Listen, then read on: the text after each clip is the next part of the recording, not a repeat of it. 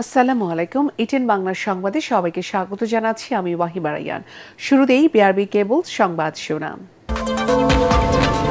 হাজারো প্রাণের বিনিময়ে গণতান্ত্রিক ধারায় ফিরেছে বাংলাদেশ। পাঠ মেলায় উদ্বোধনী বক্তৃতায় রাষ্ট্রপতি। শহীদদের আকাঙ্ক্ষা বাস্তবায়নের সমৃদ্ধশালী দেশ গড়ার তাগিদ। মন্ত্রী ও সংসদ সদস্যদের নিয়ে বিএনপির প্রশিক্ষণ কর্মশালা শুরু। উদ্বোধন করলেন সংসদ নেতা প্রধানমন্ত্রী তারেক রহমান।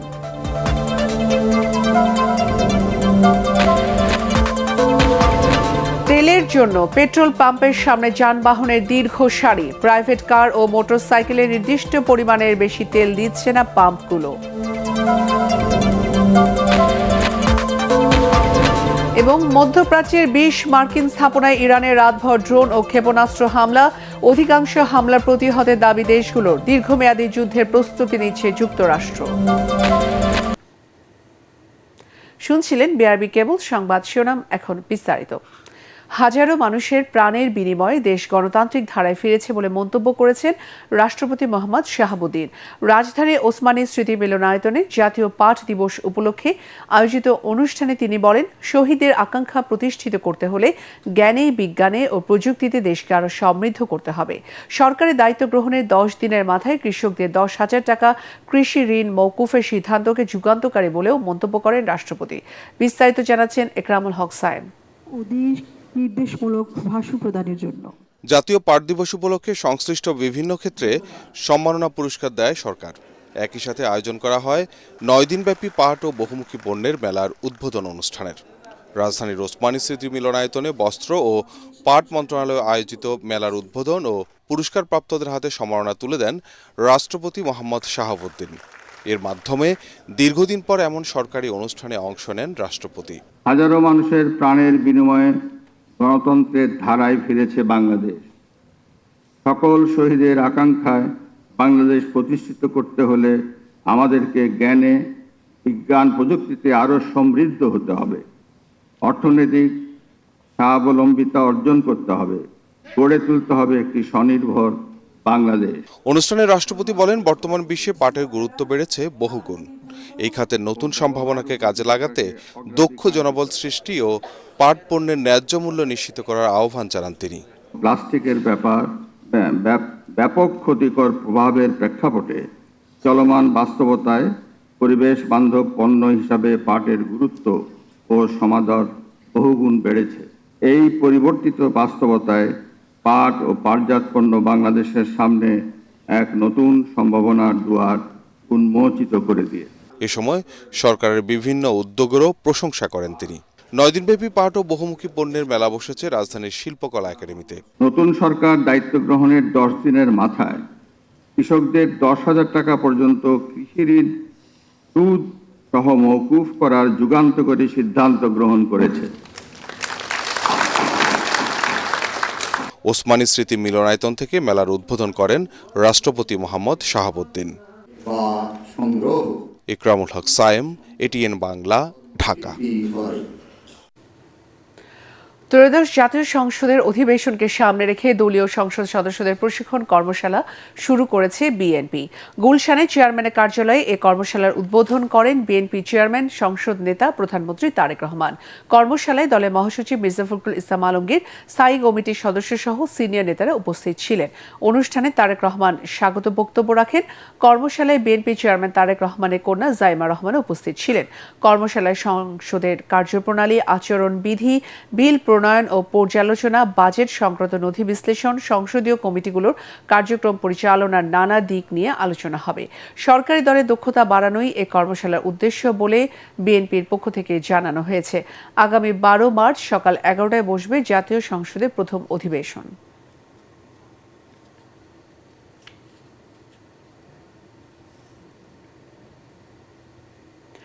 যে কোনো দিন ঘোষণা হবে সংরক্ষিত নারী আসনে নির্বাচনী তফসিল। সংসদ নির্বাচনে গেজেট প্রকাশের ৯০ দিনের মধ্যে সংরক্ষিত আসনে নির্বাচন আয়োজনে সাংবিধানিক বাধ্যবাধকতা রয়েছে। এরই মধ্যে দৌড়ঝাঁপ শুরু করেছেন মনোনয়ন প্রত্যাশীরা। রাজনীতি সচেতন ও ত্যাগী নারীদের মূল্যায়ন করা হলে সংসদ প্রাণবন্ত হবে বলে মনে করেন জাতীয় সংসদের হুইপ অ্যাডভোকেট রুহুল কুদ্দুস তালুকদার দুলু। বিস্তারিত মিজান শাহজাহানের রিপোর্টে। সংরক্ষিত নারী আসনে ভোটার তালিকা নির্বাচন কমিশনে জমা দিয়েছে সংসদ সচিবালয়। ৩০০ আসনের মধ্যে ২টি আসনের ফলাফল আদালতের নির্দেশে স্থগিত এবং ২টি আসনে উপনির্বাচন অনুষ্ঠিত হবে। ২৯৬ জন সংসদ সদস্য সংরক্ষিত নারী আসনের ভোটার। এরই মধ্যে শপথ নেয়া সংরক্ষিত ৫০ আসনের মধ্যে বিএনপির ৩৫টি, জামাত ১১টি ও এনসিপির ১টি আসন। বাকি ৩টি আসন পাবে স্বতন্ত্র জোট। দলীয়ভাবে মনোনয়ন ফর্ম বিক্রি শুরু না হলেও নিজেদের মতো তৎপরতা চালাচ্ছেন অনেকেই। বর্তমান প্রধানমন্ত্রীর হাতকে শক্তিশালী করবার জন্য আমিও আমার বাকি জীবনটা উৎসর্গ করে দিতে চাই নারীর ক্ষমতায়নে, নারীর জাগরণে। বাংলাদেশের যে কোনো ভালো কাজে আমি যেন কাজে লাগতে পারি, এটাই আমার উদ্দেশ্য। তাদের আশা নবীন প্রবীণের সমন্বয়ে এমন ৫০ জনকে দল বেছে নেবে যাদের অংশগ্রহণে সংসদ হবে কার্যকর। সর্বস্তরের নেতাকর্মী আমাকে বিশ্বাস করে, তারাই এই সংরক্ষিত আসনে মহিলা এমপির কথা বলছেন। দল যদি আমাকে মনে করেন যে আমি যোগ্য স্থানে আছি, তাহলে আমি আশাবাদী। সৎ, যোগ্য এবং দক্ষ এবং সংসদে যাওয়ার মতো তাদের অবস্থান আছে এবং দল যেন তাদেরকে মূল্যায়ন করে এবং নতুন মুখের ভিড়ে যেন আমরা ত্যাগীরা যেন হারিয়ে না যাই। এবার ত্যাগী ও যোগ্য নেতৃত্বের মূল্যায়ন হবে বলে জানিয়েছেন জাতীয় সংসদের হুইপ অ্যাডভোকেট রুহুল কুদ্দুস তালুকদার দুলু। বাছাই করেই আমাদের যিনি প্রধান পার্টির চেয়ারম্যান তারেক রহমান সাহেব যোগ্য ব্যক্তিদেরকেই মনোনয়ন দেবে। বিগত সময়ে সংরক্ষিত আসনের কোনো সংসদ সদস্যের কারণে নেতিবাচকভাবে পরিচিতি পেয়েছে এ পদটি। সাধারণ জনগণ বলছেন ৩০০ জন নির্বাচিত সংসদ সদস্যের সাথে এমন ৫০ জন সংরক্ষিত আসনে নারীকে নিয়ে আসতে হবে যাদের অংশগ্রহণে সংসদ হবে প্রাণবন্ত। মিজান শাহজাহান, এটিএন বাংলা, ঢাকা। মধ্যপ্রাচ্যে চলমান যুদ্ধের কারণে তেল সংকটের আশঙ্কায় প্রয়োজনের তুলনায় বেশি জ্বালানি নিচ্ছে প্রাইভেট কার এবং মোটরসাইকেল চালকরা। ফলে রাজধানীর পাম্পগুলোতে স্বাভাবিকের চেয়ে চাপ বেড়েছে কয়েক গুণ। তবে পাম্প সংশ্লিষ্টরা বলছেন, মধ্যপ্রাচ্যে চলমান যুদ্ধের কারণে আগাম প্রস্তুতি হিসেবেই ডিপো থেকে জ্বালানি তেল সরবরাহের পরিমাণ কমিয়ে দেওয়া হয়েছে, যে কারণেই ব্যক্তিগত যানবাহনে নির্দিষ্ট পরিমাণ তেল বিক্রি করছে পাম্পগুলো। আরও জানাচ্ছেন মুশফিকুর রহমান। ছুটির দিনে সকাল থেকে রাজধানীর পেট্রোল পাম্পগুলোতে অস্বাভাবিক ভিড়। জ্বালানি তেল সংকটের আশঙ্কায় ঘন্টার পর ঘন্টা লাইনে দাঁড়িয়ে তেল নিচ্ছে প্রাইভেট কার ও মোটরসাইকেল চালকরা। আগে যে মানুষ হয়তো 1 লিটার তেল নিত, সে এখন ফুল ট্যাঙ্কি করছে। অনেকগুলো পাম্প বন্ধ হয়ে গেছে, গেলে বলে যে তেল নাই। তো সেই করতে আমরা কি করতেছি, আমরা এক পাম্প থেকে অন্য পাম্প যাই, যে 1 ঘন্টা পর্যন্ত আমরা দাঁড়িয়ে থাকি। দাঁড়া থাকার পরেও তেল আমরা পাচ্ছি না। 1 ঘন্টার মতো দাঁড়িয়ে আছি। অলরেডি আমি রিজার্ভে গাড়ি চালাচ্ছি, অর্থাৎ আমার ঠেলে গাড়ি চালাতে হচ্ছে। এখন এখানে 500 টাকার তেল দিলে আমি যে বাদবাকি কাজ কিভাবে করব বা কতটুকু ড্রাইভ করতে পারবো আমি নিজেও জানি না। যাদের তেল প্রয়োজন নেই তারাও রিজার্ভে নিয়ে যাচ্ছে, আর যাদের প্রয়োজন তারা তেল পাচ্ছে না। নর্মালি তো লাইন থাকে না তেলের পাম্পে, বাট এই রিসেন্টলি হয়তো বা এই যে যুদ্ধের জন্য এই অবস্থা, এখনকার ক্রাইসিস। মধ্যপ্রাচ্যের যুদ্ধের প্রভাবে দেশের বাজারে জ্বালানি তেলের দাম এখনো বাড়েনি। তবে ডিপো থেকে সরবরাহ কমিয়ে দেয়া এবং সাধারণ ক্রেতাদের অতিরিক্ত তেল মজুদের মানসিকতায় হিমশিম খেতে হচ্ছে পাম্প সংশ্লিষ্টদের। যুদ্ধের কারণে শুনছে তেল সংকট হবে, এই সংকটের জন্য ওরা তেল আনকি সবাই ট্যাঙ্কি ফুল করে নিতে, স্বাভাবিক সেলের 3 গুণের বেশি আপনার সেল গেছে। গাড়িতে দিতেছি 1000 আর মোটরসাইকেল দিতেছি 200, কারণ শুক্র শনি ডিপো বন্ধ থাকে আর তেল এমনি সেল হইতেছে বেশি। সবাই যদি বেশি তেল নেয় তাহলে তো সবাই পাইবে না। আগাম সংকট মোকাবেলায় পরিমিত হারে তেল দেওয়া হচ্ছে রাজধানীর প্রায় সব পাম্প থেকে। তবে গ্যাস সরবরাহ স্বাভাবিক রয়েছে। মুশফিকুর রহমান, এটিএন বাংলা, ঢাকা। এবার ইরান আমেরিকা যুদ্ধ প্রসঙ্গ। মধ্যপ্রাচ্যে দেশগুলোতে ইরান নতুন করে বড় ধরনের হামলা চালিয়েছে। সংঘাত বিস্তৃত হচ্ছে স্থল, আকাশ ও সমুদ্র পথে। ইরান বলছে, লক্ষ্য পূরণ না হওয়া পর্যন্ত তারা যুদ্ধ থামাবে না। বৃহস্পতিবার রাতে ইসরায়েল, সৌদি আরব, বাহরাইন, কুয়েত, কাতারে মার্কিন সামরিক স্থাপনা লক্ষ্য করে একের পর এক ড্রোন ও ক্ষেপণাস্ত্র হামলা চালিয়েছে তেহরান। তবে দেশগুলোর দাবি, অধিকাংশ হামলা তাদের আকাশ প্রতিরক্ষা ব্যবস্থা প্রতিহত করেছে। এদিকে মার্কিন প্রতিরক্ষা মন্ত্রী পিট হেগসেট বলেছে, যুক্তরাষ্ট্র দ্রুতই জোরালো হামলা চালাবে। বিস্তারিত আসিফুর রহমান সাগরের রিপোর্টে। ইরানে অব্যাহত হামলা চালাচ্ছে ইসরায়েল ও যুক্তরাষ্ট্র। ইরানের রাজধানী তেহরানের আকাশে যুদ্ধবিমানের প্রচণ্ড শব্দ এবং সেই সঙ্গে বড় ধরনের বিস্ফোরণের আওয়াজ শোনা গেছে বলে জানিয়েছে আল জাজিরা। তবে মার্কিন ও ইসরায়েলের হামলায় দমানো যাচ্ছে না ইরানকে। প্রতিশোধমূলক পাল্টা আক্রমণ আরও জোরদার করেছে দেশটি। কাতার ও সংযুক্ত আরব আমিরাত সহ প্রায় পুরো অঞ্চলে হামলা চালিয়েছে ইরান। বৃহস্পতিবার রাতে তেহরান একের পর এক ড্রোন ও ক্ষেপণাস্ত্র হামলা চালায় বলে জানিয়েছে রয়টার্স ও আল জাজিরা। ইরানের দাবি, মধ্যপ্রাচ্যে কুয়েত, বাহরাইন ও সংযুক্ত আরব আমিরাতে যুক্তরাষ্ট্রের অন্তত 20টি সামরিক স্থাপনায় তারা হামলা চালিয়েছে।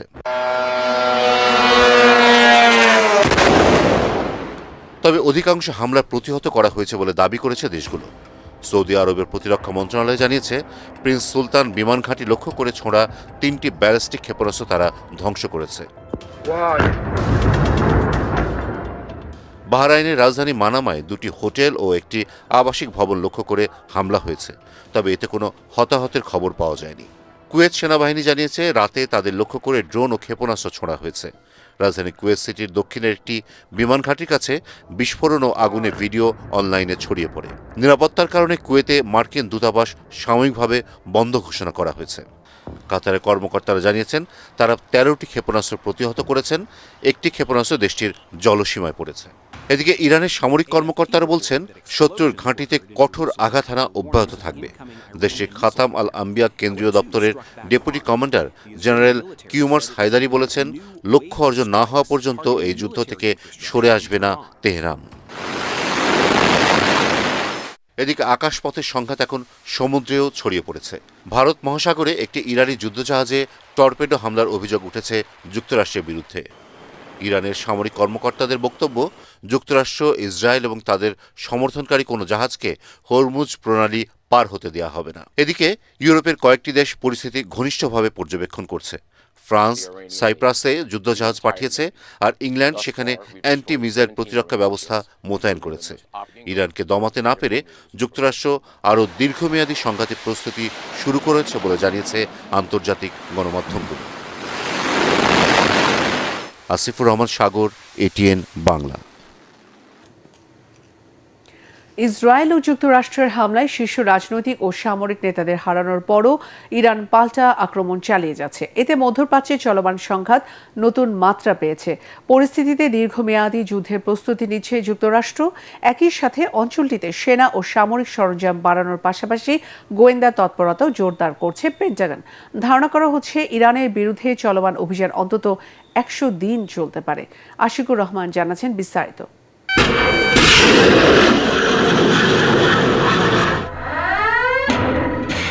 রাজধানী তেহরান সহ ইরান জুড়ে বিমান থেকে বোমা নিক্ষেপ ও অব্যাহতভাবে ক্ষেপণাস্ত্র হামলা চালাচ্ছে যুক্তরাষ্ট্র ও ইসরায়েল। ইরানও প্রতিবেশী দেশগুলোতে যুক্তরাষ্ট্রের সামরিক স্থাপনা লক্ষ্য করে ক্ষেপণাস্ত্র ও ড্রোন হামলা চালিয়ে যাচ্ছে। যুক্তরাষ্ট্র ও ইসরায়েলের হামলায় শীর্ষ রাজনৈতিক ও সামরিক নেতাদের হারানোর পরও ইরানের এমন পাল্টা আক্রমণ যুদ্ধের হিসাব নিকাশ পাল্টে দিচ্ছে। এমন পরিস্থিতিতে দীর্ঘমেয়াদী যুদ্ধের প্রস্তুতি নিচ্ছে যুক্তরাষ্ট্র। এর অংশ হিসেবে মধ্যপ্রাচ্যে আরও সেনা ও সামরিক সরঞ্জাম পাঠাচ্ছে দেশটি। একই সঙ্গে গোয়েন্দা কার্যক্রমের পরিসর বাড়ানোর তৎপরতা শুরু করেছে পেন্টাগন। এ যুদ্ধ সেপ্টেম্বর নাগাদ গড়াতে পারে এমনটি মাথায় রেখে পরিকল্পনা সাজাচ্ছে মার্কিন সামরিক বাহিনী। ইরানে হামলা চালানো ও তেহরানের পাল্টা হামলা প্রতিহত করার নেতৃত্ব দিচ্ছে যুক্তরাষ্ট্রের সামরিক বাহিনীর সেন্ট্রাল কমান্ড সেন্টকম। নিজেদের সদর দপ্তরে অতিরিক্ত সামরিক গোয়েন্দা কর্মকর্তা নিয়োগ করতে পেন্টাগনকে অনুরোধ করেছে। এদিকে যুক্তরাজ্যের মধ্যপ্রাচ্য বিষয়ক মন্ত্রী হেমিশ ফলকনারও ব্রিটিশ পার্লামেন্টে এ যুদ্ধ দীর্ঘস্থায়ী হওয়ার কথা বলেছেন। ইরান সংকট আগামী কয়েক মাস পর্যন্ত স্থায়ী হওয়ার আশঙ্কা রয়েছে। পরিস্থিতি প্রতিনিয়ত পরিবর্তন হচ্ছে। এমন ইঙ্গিত পাওয়া যাচ্ছে যে এ সংকট কয়েক দিন নয়, বরং কয়েক সপ্তাহ এবং সম্ভবত কয়েক মাস পর্যন্ত স্থায়ী হতে পারে। অন্যদিকে চলমান যুদ্ধ আঞ্চলিক যুদ্ধের রূপ নেয়ার ঝুঁকি তৈরি হওয়ায় ট্রাম্প নিজ দেশে বেকায়দায় পড়ার আশঙ্কা সৃষ্টি হয়েছে। বিশেষ করে আগামী নভেম্বরের মধ্যবর্তী নির্বাচনে পরাজয় এড়ানোর ক্ষেত্রে ট্রাম্প ও রিপাবলিকানদের বর্তমানে যে ক্ষীণ সম্ভাবনা রয়েছে সেটি হুমকির মুখে পড়েছে বলে মনে করছেন বিশ্লেষকরা। আশিকুর রহমান, এটিএন বাংলা। এখন পূবালী ব্যাংক বাণিজ্য সংবাদ।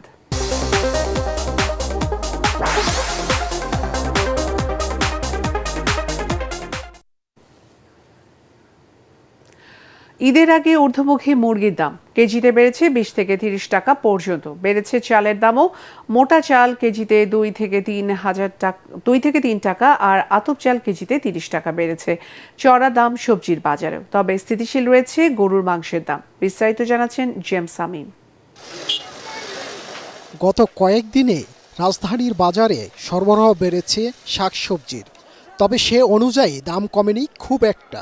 ক্রেতারা বলেছেন অনেক সবজির দাম মধ্যবিত্ত ও নিম্নবিত্তের নাগালের বাহিরে। মধ্যবিত্তদের জন্য এটা সহনশীল না, কারণ তারা ইনকামের পরে কিনতে গেলে এই দামটাও তাদের কাছে বেশি। কপি 60 টাকা, ফুলকপি 50 টাকা, বেগুন 70 টাকা, মিষ্টি কুমড়া 60 টাকা কেজি যাচ্ছে, যেভাবে আছে সাধারণ মানুষের নাগালের বাইরে।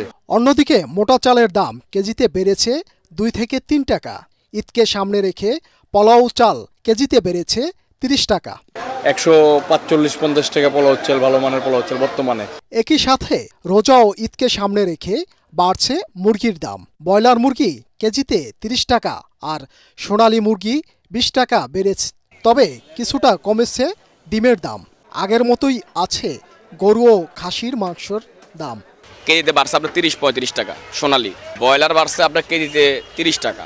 রোজা ঈদে যেন নিত্যপণ্যের বাজার অস্থিতিশীল না হয়, সেজন্য সরকারের মনিটরিং জোরদারের আহ্বান সাধারণ মানুষের। জেমস হাবিম, এটিএন বাংলা, ঢাকা। এখন আন্তর্জাতিক সংবাদ।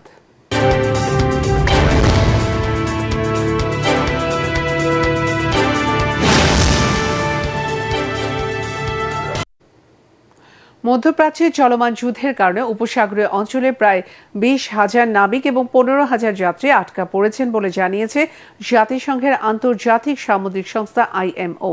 বার্তা সংস্থা AFP-কে দেয়া এক সাক্ষাৎকারে IMOর মহাসচিব আর্সেনিও ডোমিঙ্গেজ বলেন, সংঘাতের কারণে জাহাজ চলাচল মারাত্মকভাবে ব্যাহত হচ্ছে এবং অনেক নাবিক ও যাত্রী উপসাগরে আটকে পড়েছেন। বলেন, ক্ষতিগ্রস্ত নাবিকদের নিরাপত্তা ও কল্যাণ নিশ্চিত করতে সংশ্লিষ্ট সব পক্ষের সঙ্গে কাজ করতে প্রস্তুত IMO। ডোমিঙ্গেজ আরও জানান, ঝুঁকিপূর্ণ অঞ্চলে চলাচলের সময় সব শিপিং কোম্পানিকেই সর্বোচ্চ সতর্কতা অবলম্বনের আহ্বান জানানো হয়েছে। শেষ করার আগে বিআরবি কেবল সংবাদ শিরোনাম আরও একবার। হাজারো প্রাণের বিনিময়ে গণতান্ত্রিক ধারায় ফিরেছে বাংলাদেশ। পাঠ মেলায় উদ্বোধনী বক্তৃতায় রাষ্ট্রপতি শহীদদের আকাঙ্ক্ষা বাস্তবায়ন সমৃদ্ধ দেশ গড়ার তাগিদ। মন্ত্রী ও সংসদ সদস্যদের নিয়ে বিএনপির প্রশিক্ষণ কর্মশালা শুরু। উদ্বোধন করলেন সংসদ নেতা প্রধানমন্ত্রী তারেক রহমান।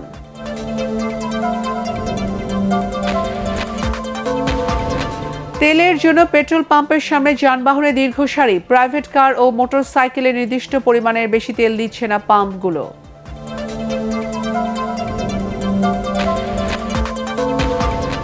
এবং মধ্যপ্রাচ্যের 20 মার্কিন স্থাপনায় ইরানের রাতভর ড্রোন ও ক্ষেপণাস্ত্র হামলা। অধিকাংশ হামলার প্রতিহতে দাবি দেশগুলোর। দীর্ঘমেয়াদী যুদ্ধের প্রস্তুতি নিচ্ছে যুক্তরাষ্ট্র। পরবর্তী সংবাদ দেখার আমন্ত্রণ জানিয়ে এখনকার মতো শেষ করছি। এটিএন বাংলা সংবাদ ইউটিউবে দেখতে ব্রাউজ করুন youtube/ATN বাংলা নিউজ। ধন্যবাদ।